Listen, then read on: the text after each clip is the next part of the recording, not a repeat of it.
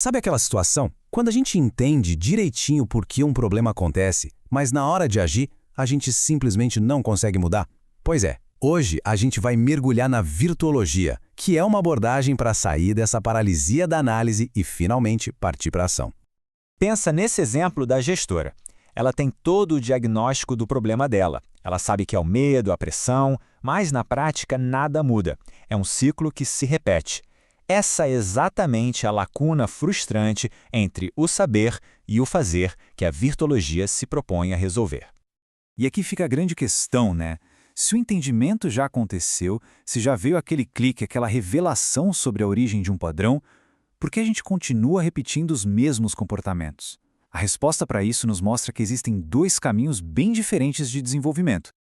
Bom, o caminho mais comum, que a maioria de nós conhece, é o de ficar buscando o porquê.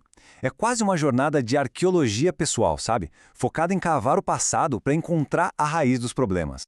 A psicanálise, por exemplo, é fantástica para nos ajudar a descobrir o que está lá, escondido no nosso inconsciente. A ideia é que, ao trazer luz ao passado, a gente se liberta no presente. Mas a virtuologia chega e inverte essa lógica. E se a questão não for o que está faltando, o que foi perdido lá atrás, mas sim o que a gente ainda não construiu aqui e agora? E é exatamente aqui que a virtuologia apresenta esse novo caminho. A proposta é ousada.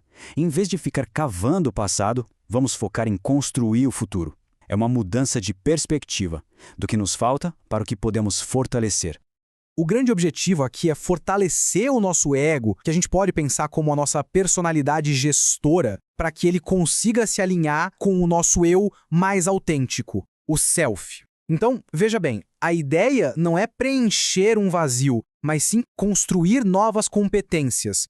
Então, o ponto central é esse. Existe uma diferença gritante entre descobrir a origem de um problema e construir a habilidade para superar esse problema. São duas lógicas completamente diferentes de crescimento. Essa imagem deixa tudo bem claro. De um lado, essa busca por revelações do passado, do outro, a construção de um futuro tijolo por tijolo. Mas ok, qual é a base científica por trás dessa ideia de construção? A resposta está em uma palavra: neuroplasticidade. É a capacidade incrível que nosso cérebro tem de se reorganizar. Cada vez que a gente pratica uma nova habilidade, um novo comportamento, estamos literalmente criando e fortalecendo novos caminhos neurais. A mudança, para a virtuologia, não é algo abstrato, é um processo físico de construção cerebral. Certo. Se a neuroplasticidade é o como a gente muda, a pergunta agora é: o que exatamente a gente constrói? E a resposta está nas virtudes. Elas são as ferramentas que usamos nessa construção. A virtuologia coloca o orgulho como um dos principais obstáculos para o nosso crescimento. Sabe aquela vozinha interna que diz, eu já sei de tudo, não preciso mudar nada? Então, as virtudes funcionam como o antídoto perfeito para essa voz. E aqui vem a grande sacada. A virtuologia encara as virtudes não como valores morais abstratos, mas como competências, habilidades práticas. É para pensar nelas como músculos que precisam ser treinados. Humildade, por exemplo, é o treino de reconhecer a realidade como ela é. Aceitação é a competência de lidar com aquilo que a gente não pode mudar. E responsabilidade é a força para assumir o controle e agir. Ok, tudo isso parece fazer muito sentido na teoria, mas como se começa? A parte boa é que essa abordagem é super prática e pode ser aplicada em pequenos passos, no nosso dia a dia. Que tal um microexercício? A proposta é refletir sobre um desafio recente, um momento de frustração.